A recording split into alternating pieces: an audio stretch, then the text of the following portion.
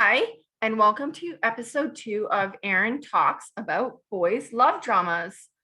So in this episode, I'm going to be talking about Tale of a Thousand Stars.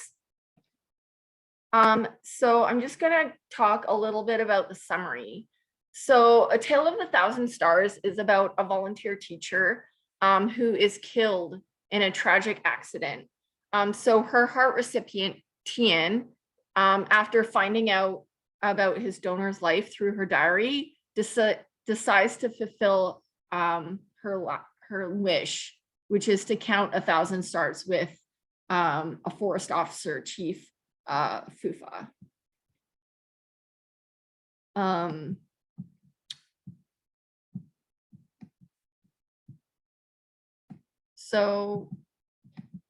The genre is it's a romance. It aired from January 2021 to April 2021.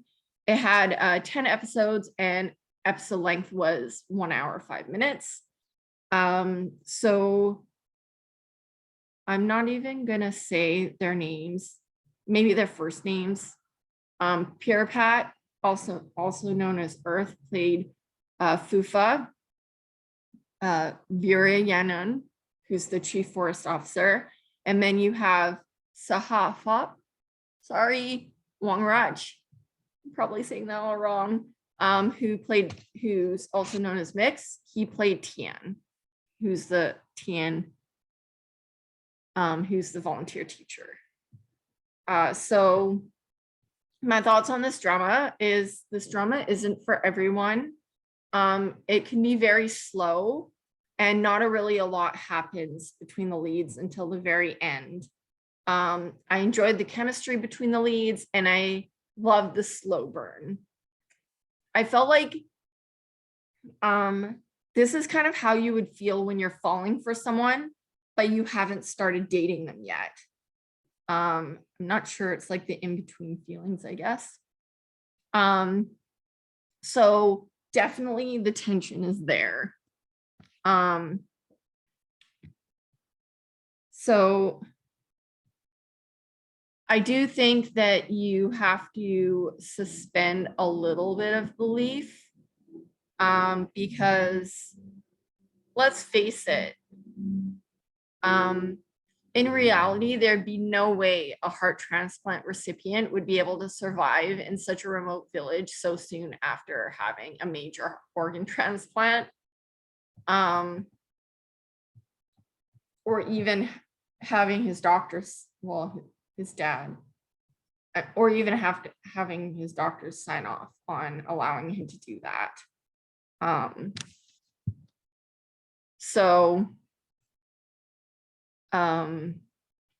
There is a bit of action towards the end. And I think that, you know, when he ends up like telling the villagers that he came to the village to fulfill Torfin's last wish, or her wish, because after she was killed, he was her heart transplant recipient.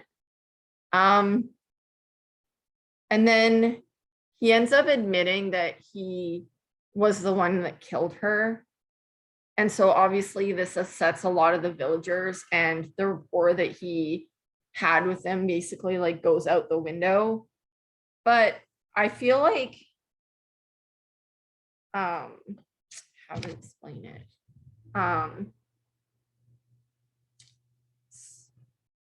Like, you can feel guilty and feel like you're to blame for somebody's death without actually being the result of their death. Like, and that's kind of how he feels. Like, he's not actually responsible for her death, but he still feels like guilty that she died because, you know, he got her heart and stuff. But of course, like, the villagers take it at face value and end up basically blaming him for their death. Well, not their death, her death. And then in order to make up for that, the smuggling ring that's going on, or not smuggling ring, I guess the gang that's like has a hold on the area, he ends up confronting them by himself and almost gets himself killed. And Fufa has to like basically rescue him. So not a very smart decision on his part. But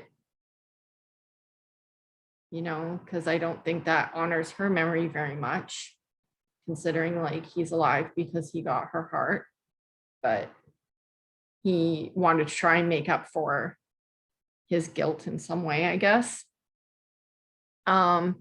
So I think the one thing that did kind of annoy me is when we find out that Fufa and Tien's dad actually had known each other.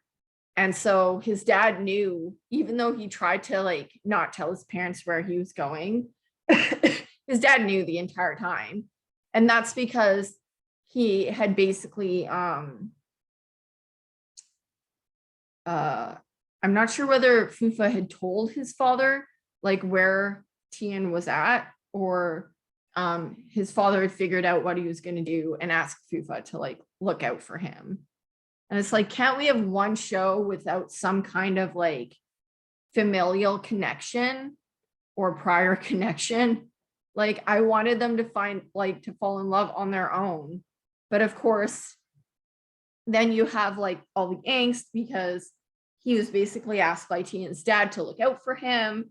And like, because he views his dad as like a respected figure and his senior, like he doesn't want to acknowledge his feelings for Tien because, you know, out of respect for his dad, and he doesn't like want to, or maybe he doesn't like actually think that Tien actually loves him. I don't know. So because of that, like, even though Tien was upfront about how he felt, like as soon as he realized how he felt, and he was basically like trying to get Tien, like Fufa to acknowledge it, Fufa wouldn't do it. And it wasn't until like at the airport, when Tien was leaving, that like Fufa went and met him at the airport and he kissed him, or they kissed. And it was so hilarious because the dad is like, the parents are there, the dad and Tien's mom are there, and the dad is just kind of like smiling as they kissed. And so I guess that's like kind of his acknowledgement of their relationship. And then the mom is like looking at the dad and looking at Tien and like, what is going on here? And the dad just kind of like pats her back. He's like, I'll tell you later. So that was really funny because she's like completely in the dark. But like, and then so I guess Tien had decided to be a teacher, and I don't think maybe Fufa really thought that Tien would decide to come back and teach in such a remote area. Like maybe that Tien didn't really care for him or love him. And yeah, like, I don't know, like I always felt like he didn't really think Tien knew his own mind and heart. And I found that kind of annoying. Because like even at the end when Tien goes back and like says that he got his teaching certificate, and Fufa was kind of like surprised that he made, I feel like Fufa was kind of surprised that he made like a decision to come back and teach in the remote area. And it's because he's like, he knows you're there and you're not going to leave, and he loves you. And he like loves the kids he started to teach. So of course he's going to come back and teach there. Like, you know, he'd kind of like, he'd gotten like into the life and routine there. So yeah, I really enjoyed it. Like, yeah, I know I read a lot of comments where people were like talking about how slow it is, but yeah, and a lot of people didn't like it because of that, but I liked it. So yeah. And you can They actually end up acting together again in a more recent drama called Cupid's Last Wish, which I actually haven't finished watching because I was waiting for it to air for free on YouTube since it hadn't been released internationally at the point where I could watch it unless it was on a legal site, and I wasn't willing to watch it on an illegal site. So yeah. So so in the next episode, I am going to be talking about in episode 3, I'm going to be talking about a Chinese show called Addicted Heroin. So if you like if you want to be notified of any new episodes coming out, hit the notification bell below. And if you like my channel, please hit the subscribe button.